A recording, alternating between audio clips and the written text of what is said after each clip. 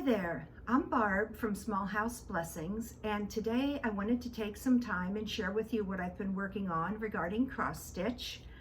I have just finished making 8 little Christmas ornaments for my daughter who lives in Colorado. She's a university student and she just moved up there, and this is her first Christmas tree. So can't quite get maybe all 8 so that you can see them, but I will have a still picture later. And these are the ornaments that I've been making for her. And they were so much fun, fairly inexpensive, and really easy. And I wanted to share with you what I did to make these. So the first thing I did was I chose a pattern from Etsy. The name of the girl who makes them, her shop is named Owl Stitching House, and this is called Christmas Advent Calendar, and it's designed to be stitched all in one piece with 24 different designs, and then it says Merry Christmas at the bottom. And when I saw this, I absolutely fell in love with it. I thought it was so pretty. So I went ahead and bought it. And I actually bought it and then got the idea for the ornaments. So I still plan on going back probably next year and stitching it as a single piece. But we'll always probably save it and use it for the ornaments. So at her website on Etsy, it showed the background in 3 different colors. You can see here it's in gray, and it was also in blue and one in brown. And choosing which color to use was a little tricky. I thought that blue would be nice, especially since some of them are like snowmen and mittens, and I thought it would look kind of like an outdoor scene, and she agreed with me. I asked her which one she wanted, and she said the blue was nice. So the first thing I did is I went to Joann's and I got light blue fabric, or Ada cloth fabric.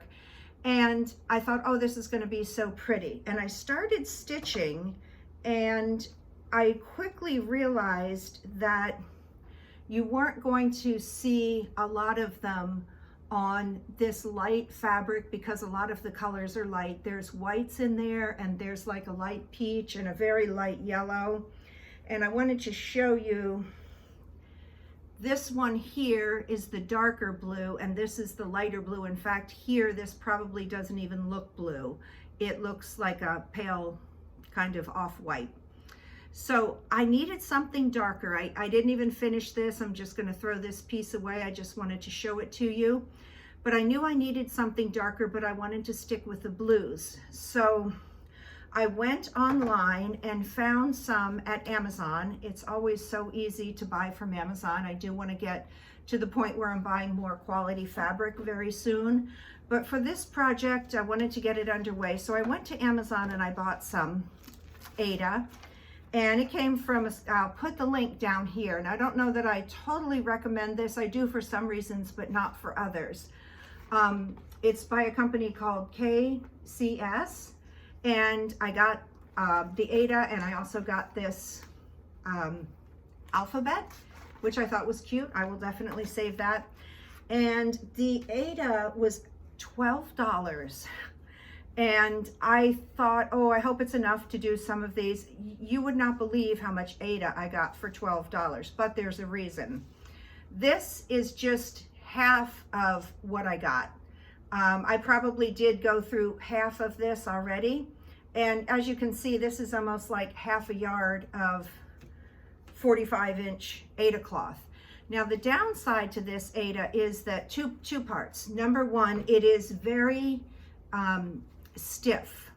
For what I was doing, and maybe for what you would be doing too, even if you were making something flat, that would be fine. If you're going to try to put it in a hoop, that would probably be difficult because it's so thick. As you can see, let me just even try to hold it, just even like that, you can see how it just hardly bends at all. The other thing I wasn't crazy about with this fabric is that the weave is a little off. Like, I don't know if you're going to be able to see that, but instead of being like straight up and down towards the ends, it kind of curves out a little bit. Now, again, for what I was doing, that's fine, just making these small ornaments, but I would hate to have somebody start on a big project only to have it be a little off after you are finished and ready to frame it. So again, I really liked it. I think it turned out really cute. The color is exactly what I wanted, but it was a little difficult to work with. So having said that, the other items that I used, I went to Hobby Lobby and I cut up most of this, but this was a 12, I think it was 12 or 15 by 18. It was a very large sheet of felt. It wasn't like a normal size, small 8.5 by 11 size piece of felt that you would use. It was really large and I got it for $1.99. And I actually used my my scrapbook cutting machine and cut it, but you can just cut these by hand. And I cut these small. And then also at Hobby Lobby, I bought for, I think this was on sale for 99 cents. It's rickrack. And it's not the big rickrack or the jumbo rickrack. It's like the other end of the spectrum. It's like that small rickrack. So the other thing I wanted to share with you, there were 8 different colors in all of these. She only used 8, is it 1, 2, 3, 4, 6? I'm sorry, 9 colors in all of these. And this was one of my first projects that used so many colors. And some of these only had like this, for example, it might have only 12 stitches of the dark red. And some of them had even fewer. And, oh, this is funny. I just now noticed that I didn't finish that Christmas present. He's just holding a box with no bow. I guess that's the way it is when you make handmade things, but I think she'll love it anyway. But anyway, getting back to the floss, because she used so many, and some of them were like, you need like just 3 little crosses for one, I decided rather than taking the needle off the floss and then redoing it, I came up with this idea. It's a little primitive, but what I decided to do was have one little cup for each color. And at the top of that cup, I put a little magnet, and it's that magnet that comes wrapped on a, kind of like on a wheel in a coil. And I cut off about 1 inch, and I tried, it was self-adhesive, but it didn't stick. So I ended up stapling it. But after using this, I realized I really didn't even need the magnet.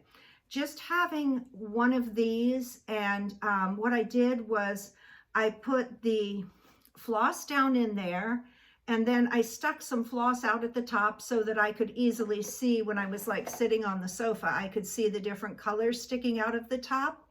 Some of the colors I made mistakes on, like these 2 were very similar. Like one's an apricot and one's a light yellow, and I did goof at one point, but I'm really learning to just go ahead with those goofs and let them go. But what I was saying was that, because of that, I ended up also putting the symbol right there. And like if it was a circle or an hourglass or a cross or whatever. So all of my floss was ready to go. I bought 9 different needles, or not different needles, but separate needles. And I put the floss on each needle, and then I just set it right in there, and it was ready to go. So if I only needed a few stitches here, then I wouldn't have to be always changing it, because I thought that's going to take forever. So I was really happy with this. Like I was saying, I don't really think if you do something like this, I don't really think you even need this piece of magnet. You could probably just toss that right in there and know that it's at the top. But this has been super helpful to me doing it this way. And I just used what I had. I had some paper cups from the kitchen and a shoebox from the garage. So maybe there's something a little more designed for that purpose that looks better. And then once I got done with all of these, in fact, let me see, here's one. This is one that I'm going to do for you from a tabletop view. And this is one, like, I knew that I would want them about 3 inches by 3 inches when I was finished. So I cut them about 4 or 5 inches, and I sort of eyeballed it, and they all worked out fine. So this is the excess that I'm going to cut around. So once I got this part done, I took, and I'll show you this as I do this one, but I took this. This is something that is a corner gauge. I got it at a cross stitch shop, and it's 3 inches by 3 inches, and I just laid it over the top, and I sort of eyeballed where it went, and I drew around it. I cut it. I frayed the edges, which was not easy. And then I just hot glued it all together. And I did try sewing it, because in addition to just making the design, I did add my own stitching here. It's like a little stitch around the edge just to make it look a little bit more finished.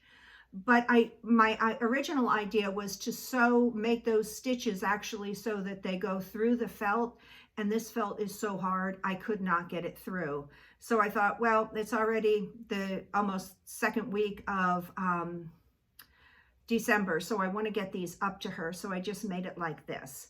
I wanted to share with you too that what I love about these is, you can see, I'm going to try to hold it in such a way, these are really thin the way I did it, and these are really cute that if you wanted to make some and send them in the mail, it shouldn't be too expensive. You may not even need an extra stamp. And I just thought they were really fun. So I wanted to go over with you how much I spent. The pattern was $5, and that was on sale, and as of today it still is on sale. I'll put the link down below. This Aida cloth was $12. The red felt was $2. The floss was about $5.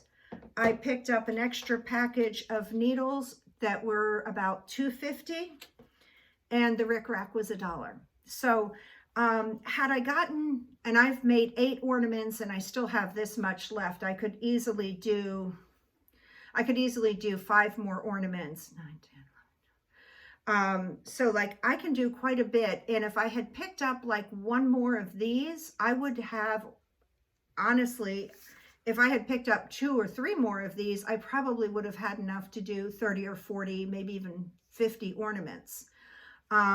I didn't have time to do that many, and I didn't want to do that many.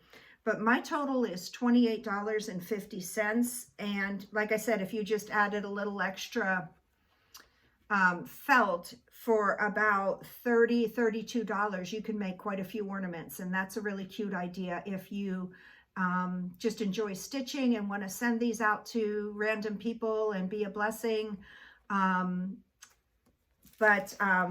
Anyway, so just wanted to share with you again. This is the pattern, and these are just 2 of the examples I made. And now I'm going to take it down to the table, and I'll just quickly show you what I did to complete this project. So thank you so much for watching for right now, and I'll be right back. Okay, so here I am over at my craft table, and I'll give you a second. You can see these and how cute they are. And now I'm going to show you how I got them from just being on the cloth to being mounted and ready to hang on the tree. So the first thing I did is I bought it's a piece of acrylic from the Crafty Framer, my local cross-stitch shop, and it has measurements on it, and I knew that I wanted them to be about 3 by 3. You can certainly just do it with a ruler and kind of measure from the middle. Like you could go kind of measure it like that and then put a little mark there and a little mark there, and this way too, if you don't have something like this. But this was just a couple dollars and I was in there and I was happy to find this. So I just put that over the top, and then I just took a pen and made a square around it. And then I cut it the best I could, lining up the rows. So I tried to cut just like one row so I wouldn't like cut a little bit diagonal. So trying to make it so that, trying to explain it, just so that the Aida has just, when you pull out one row of this to fray the ends, see how they're frayed on here, that you will be, it'll be straight. But you can always cut that and straighten it out later. And if you do get some pen mark left after, like, see, I've got some right there, don't worry about that, because truthfully, you're going to be getting rid of most of that anyway. Now this, I thought on this fabric was the hardest part. I wanted to pull out 3 rows all the way around to give it a frayed look. And for this fabric, I had to stick the needle in and pull it out. And I'm going to do a little, and then I'm just going to fast forward because this kind of takes a little while and it's sort of boring to watch. But I did want to say too that you don't have to use this pattern. Obviously, you can use this technique for any small cross stitch pieces that you have. Okay, so when I got to that point and started to get enough out, I used some pliers. I didn't use these, but I used a different pair, and you just pull. And I have tried cutting and pulling out a little at a time, and I have found that this to work the best. I can't seem to go in here and grab and pull real well. You can, like maybe on the first one. Now it's going to make a liar out of me. But the second one, as you get in there, it's a little bit harder to pull. So I have found that by going in and pulling out about 5 rows gives you a lot to grab with your pliers. I've also done this with my teeth when I didn't have my pliers at one point when I took my stitching out, but don't recommend that. So that's 2. And then I'm going to do the 3rd and show you, and then I will just, oops. Okay, so there's, this will be the 3rd. And sometimes if you do like one way, let's see if I can get that. Do one all the way around and then do your second one. It comes out a little bit easier. There we go. And you could just do 2, but I chose to do 3 all the way around. And it gives it a nice kind of country rustic look. And I know my daughter loves that kind of stuff. She lives up in the mountains in North Carolina and just loves it. So I think these will be perfect for her. There, you have to be a little bit hard with it too. It doesn't come out easily. There's still a little tiny bit in there. So I am going to turn off my camera and I'm going to fray all the edges, and then I'll show you what I did.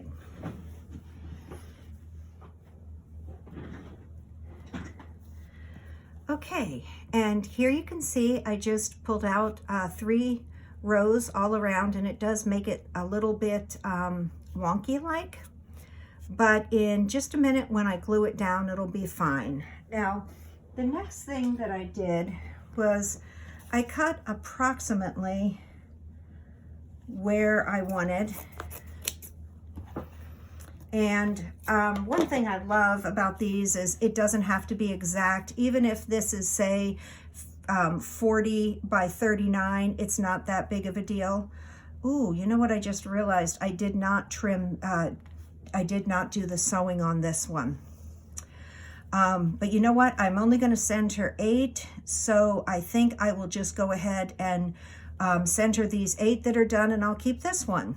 So Yes, but if you sew it around, I have found that the stitching around the edges comes out fine no matter which way you do it. If it's one off one way or another, it still looks really cute and the count seems to be fine. So what I'm going to do is just hold that up there, and then I want some red, but I don't want too much red. So I just took it and kind of cut it around like that, and like that. It's a little, there again, it's not perfect, so you can just look at it and say, I think I'll take a little more off here, and that's going to be good enough. Sometimes I can be very critical of my own work and see imperfections that no one else can see. Now for my rickrack, I did it about 6 inches. Just took a snip there. And then I started by kind of folding it so that it would hang nicely. I didn't want it to be twisted like that, so I made sure it would hang nicely and that it wasn't twisted. And then I'm going to grab just a little bit of hot glue and put that right on like that. Well, that looks a little off because I'm doing it upside down, but I think that'll be okay. And because the hot glue does dry so quickly, what I wanted to do was I just take a little and I put it across the top first. I don't do the whole square. I'm just gonna put some right there and then kind of center it and gently press down. I find I do get burned a little bit, and that should come off. And then I will go back in here and go around. I'll usually do a little halfway down, and then I will do the bottom part. And that way it gives a nice adherence. It's a little off there because I'm kind of doing that upside down. But, and that's the finished product. That's how I finished it. And I know it's not super professional. I would have liked to have sewn them on, and maybe if I have softer Aida and softer felt, that would be a possibility for next time. But these guys are ready to go, and I'm super excited about that. Again, I wanted to show you on camera here with the white background how thin they are.